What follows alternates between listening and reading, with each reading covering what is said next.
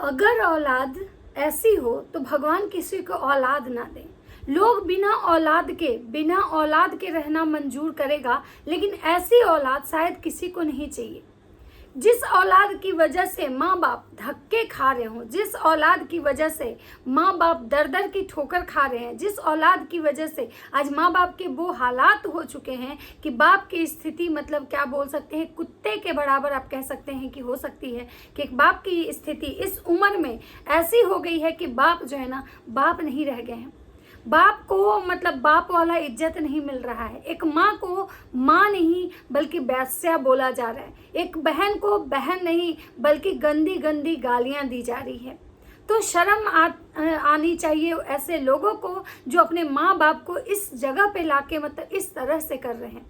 अगर ऐसी औलाद हो तो भगवान इंसान को बिना औलाद के रखें, और अगर ऐसी इंसान गलती से किसी के जीवन में आ भी जाए तो भाई भगवान को मुझे लगता है कि इस चीज़ पे विचार करना चाहिए कि ऐसे औलाद किस काम के, जिसकी वजह से उसके माँ बाप और उसकी बहन के ऐसे हालात हो चुके हैं। तो नमस्कार, कैसे हैं आप लोग? उम्मीद करें बहुत अच्छे होंगे, स्वस्थ होंगे, मस्त होंगे, अपने काम में व्यस्त होंगे। मैं प्रिया शर्मा और मैं अपने इस नए वीडियो में आप लोग का स्वागत करती हूं। आशा करती हूं जो हमारे चैनल पे नए जुड़े हैं हमारे चैनल को सब्सक्राइब। तो मैं बात करने आई हूं आज एक ऐसे ब्लॉगर, ऐसे मतलब क्रिएटर की कि मुझे लगता है कि ऐसे लोगों को ब्लॉगर बनाया कौन? आखिर ऐसे लोगों को ये समाज इतना बढ़ावा दे कैसे सकता है? आखिर ऐसे लोगों के वीडियोस पे इतने ज़्यादा व्यूज़ कौन देता है? मुझे तो लगता है कि जब लोग कहते हैं कि भाई कोई अगर रिएक्शन बनाता है, कोई किसी के बारे में गलत बात बोलता है, कोई अगर गलत चीज़ जो है मतलब दिखाता है, गंदे गंदे कंटेंट अगर दिखाता है, तो लोग उसको स्ट्राइक मारते हैं, लोग उसके चैनल के अगेंस्ट यूट्यूब को मेल करते हैं। तो मैं सारी ऑडियंस, सारी जनता से ये पूछना चाहूँगी कि क्या आप लोग को ये नहीं लग रहा है कि ये इंसान जो मतलब वीडियोस बना रहा है, ये समाज को कितना खराब मैसेज दे रहा है? क्या इस इंसान के वीडियो को देखने के बाद क्या समाज में एक मतलब कौन सा ऐसा मैसेज है जो ये इंसान समाज को देना चाह रहा है? ऐसे बेटे को देखने के बाद मुझे लगता है कि लोग निसंतान रहना पसंद करेगा, लेकिन ऐसा बेटा शायद किसी को नहीं चाहिए।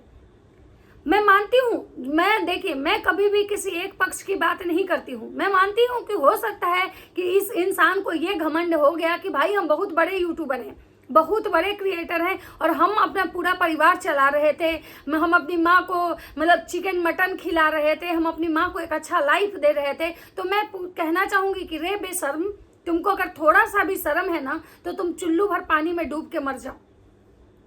माँ बाप को अगर तुम खिला रहे थे, आज तुम कमाने लायक हो तो तुम खिला रहे थे माँ बाप को। जिस दिन तुम्हारा औकात नहीं था, जिस दिन तुम पैदा हुए थे, वही माँ थी जो जिसकी वजह से तुम आज इस धरती पे आए थे। हो सकता है कि तुम्हारे बाप के पास बहुत पैसा नहीं होगा, हो सकता है कि तुम्हारा बाप जो है तुमको बहुत अच्छा एजुकेशन नहीं दिया, तुमको बहुत अच्छे स्कूल में नहीं पढ़ाया, बहुत अच्छा तुमको रहन सहन खान पान नहीं दिया, लेकिन जितना तुम्हारे बाप का औकात था उसके हिसाब से वो बाप जरूर तुम्हारा भरण पोषण किया होगा। लेकिन आज ये इंसान बेशर्मी की सारी हदें पार कर दी। भाई साहब, मुझे ये एक बात मतलब कहने में खराब लग रहा है कि इस इंसान ने मार के अपने बाप का हाथ पैर तोड़ दिया।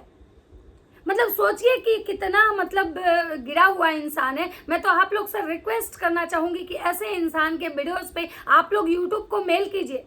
जो लोग भी बड़े बड़े ब्लॉगर हैं और जो जनता, मैं जनता से भी अपील करना चाहूंगी कि जो जनता ऐसे ब्लॉगर को उस लायक बनाती है जिसके बदौलत ये ब्लॉगर कूदते हैं, मैं कहना चाहूंगी कि आप लोग क्या देख रहे हो?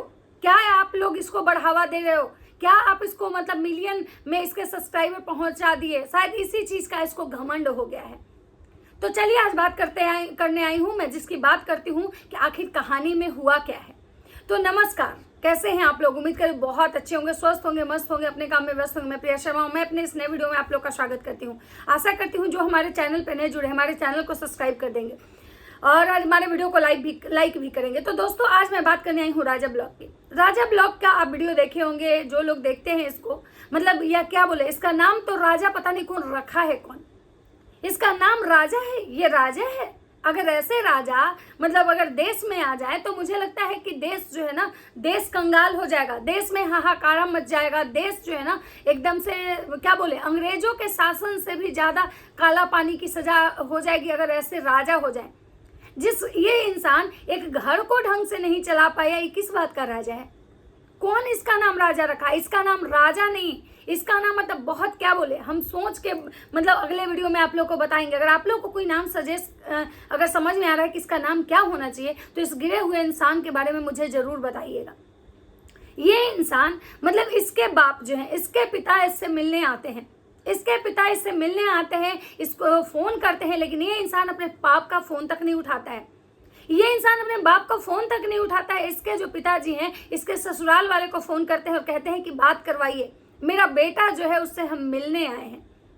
लेकिन ये इंसान क्या करता है, अपने बाप को मतलब का फोन नहीं उठाता है। और जब इसके पिताजी किसी और के नंबर से इसको जो कॉल करवाते हैं तो ये इंसान क्या करता है, ये इंसान अपने पिताजी को भी गाली देता है और उस इंसान को भी गाली देता है कि क्यों, तुम्हारा औकात कैसे हुआ मतलब मुझे कॉल करने का, तुम फोन कैसे लगाए हमारे ऊपर, हम तुम्हारे ऊपर मतलब एक्शन लेंगे।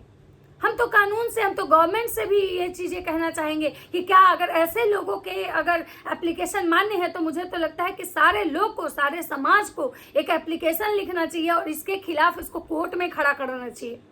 ये कोई ऐसा बेटा कितना ऐसे नीच गिर सकता है भाई, जो कह रहा है अपने माँ बाप को कि हम तुमको पहचानते नहीं, तुम हो कौन रे, मतलब कि क्या ही बोले, बहुत गंदा गाली आ रहा है मुझे अंदर से। अरे तुम नहीं पहचानते हो कि वो कौन है, वो वही इंसान है जो तुमको पैदा करके आज इस धरती पे रखा, वो वही औरत है जिसके पेट में तुम 9 महीने थे, वो वही औरत है जिसको जो तुमको पाल पोस के इतना सांड जैसा बनाई। रे कलुआ, तुमको शर्म नहीं है रे? आज तुम रोज 4 महीना से बच्चा बच्चा बच्चा बच्चा का कंटेंट दिखाता है रे कलुआ, तुमको समझ में नहीं आ रहा है? आज जो तुम बच्चा पाल रहे हो, बच्चा हो रहा है, हमारी देवी जी को बच्चा, हमारी देवी जो पुतना जैसा शकल वाली औरत को तुम देवी जी बना के बैठा हुआ है। अब माँ को कहता है कि तुम कौन हो, माँ को तुम गाली देता है कि, और अपनी बहन को गाली देता है। अरे बेशर्म कहीं के, तुमको तो मतलब क्या बोले, ढकनी भर पानी में ना नाक रगड़ के मर जाना चाहिए। जो भाई अपनी बहन को गाली देता हो वो भाई है रे, तुम भाई है रे कलुआ। और कहता है कि समाज हमको शोषण किया, समाज मेरे शकल को लेके बोला, समाज हमको कभी इज्जत नहीं दिया। कौन बात का इज्जत रे? तुम है क्या? तुम्हारा औकात क्या है जी? क्या हो तुम एक ब्लॉगर हो, तुम इसके वजह से तुम्हारा इज्जत है। तुम कैसे ब्लॉगर बने हो वो भी देखो, तुम्हारे पास 2 कौड़ी का इज्जत है, तुम ब्लॉगर बने कैसे हो? ब्लॉगर बन गए हो, मिलियन सब्सक्राइबर लेके बैठ गए हो, राक्षस जैसा शकल वाले इंसान। तुम्हारा इज्जत कौन करेगा? कौन करेगा इज्जत? तुम हो क्या? काला अक्षर भैंस बराबर, शकल मतलब कलुआ, काला सांड। तुमको किस बात का इज्जत चाहिए?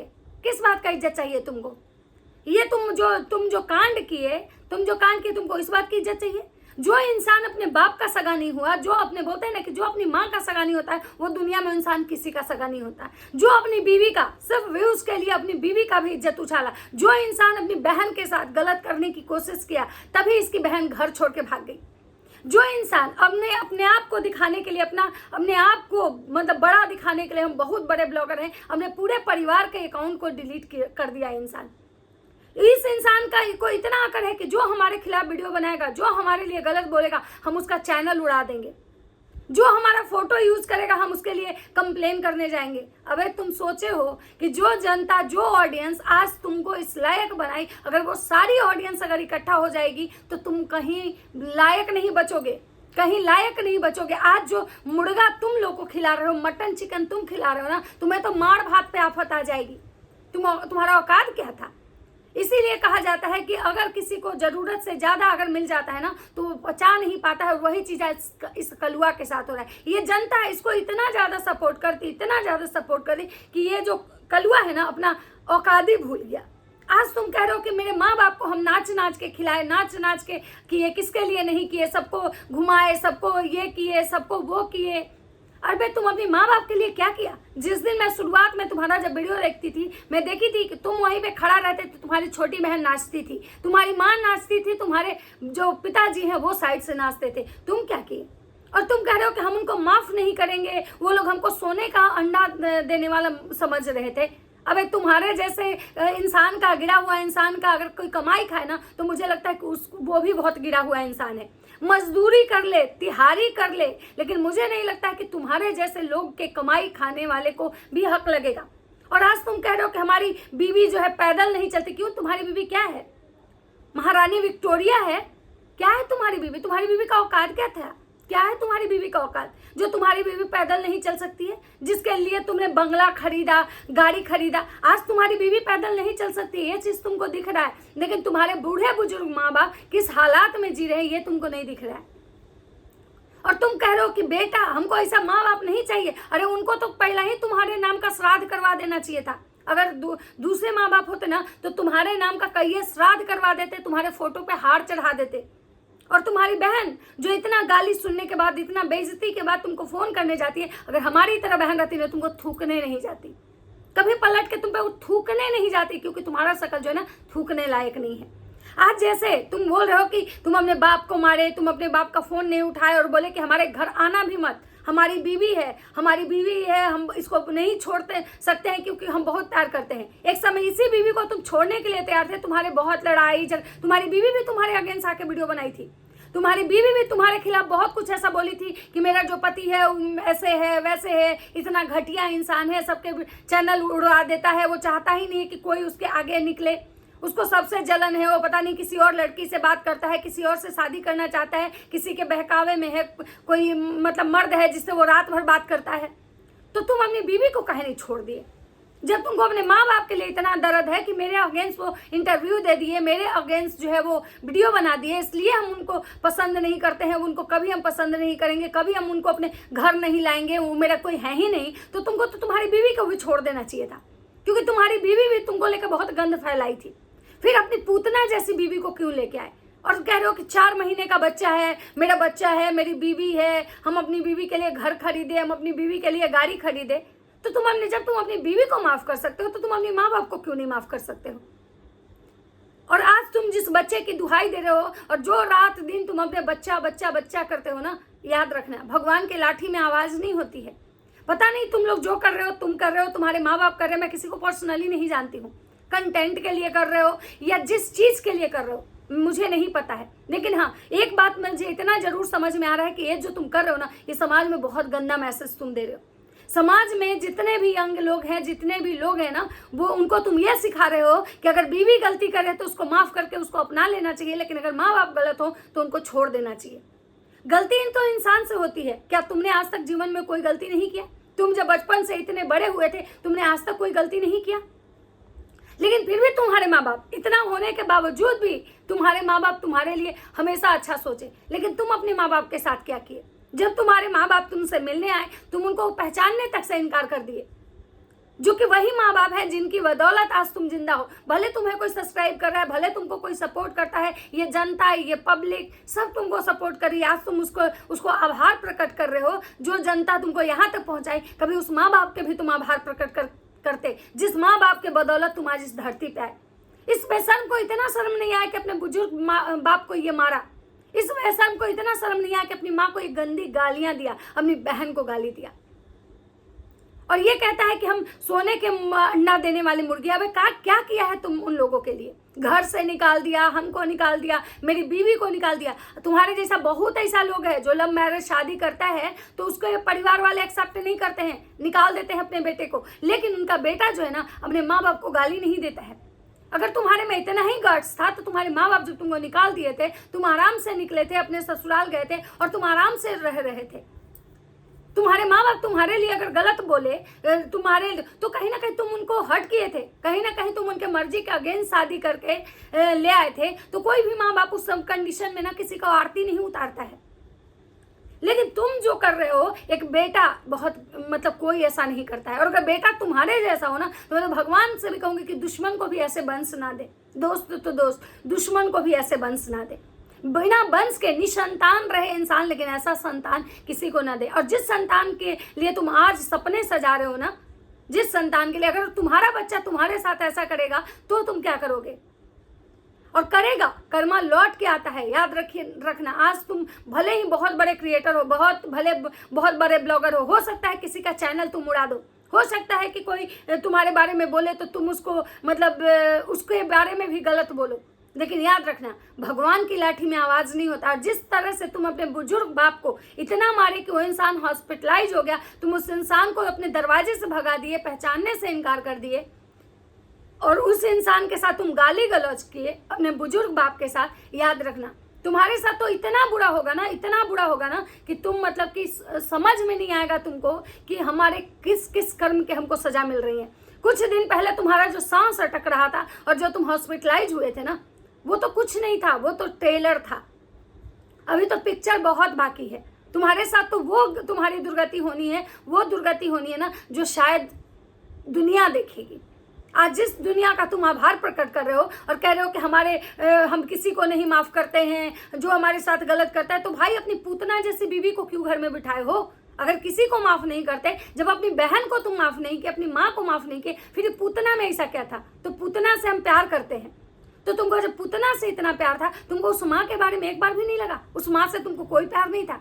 जो माँ तुमको 9 महीने पेट में रखी, उसके बाद तुम्हारा पालन पोषण की, खुद गरीबी में रह के, माँ बाप होते हैं ना, बच्चों को खुद अपने आप पे मतलब ये करते हैं, लेकिन बच्चे को हमेशा एक अच्छा जीवन देने की कोशिश करते हैं। मैं मानती हूँ कि दुनिया में बहुत ऐसे माँ बाप हैं जो गलत भी होते हैं, फिर भी बच्चे बर्दाश्त करते हैं ये सोच के कि भाई चलो कम से कम ये वही माँ बाप हैं जिनके बदौलत हम आज यहाँ हैं।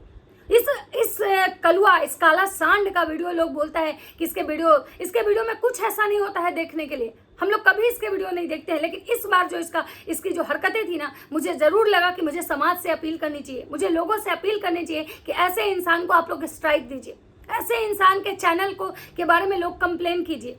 क्या कोई नंगा कम कपड़े पहन के वीडियो बनाता है तो अगर वो गलत है, तो किसी माँ बाप को, कोई अपना बेटा अपने माँ बाप को, बहन को अगर गंदी गंदी गालियाँ दे रहा है, बाप को मार रहा है, बुजुर्ग माँ बाप पे हाथ उठा रहा है, तो क्या ये गलत कंटेंट नहीं है? क्या इससे समाज में गलत असर नहीं पड़ रहा है?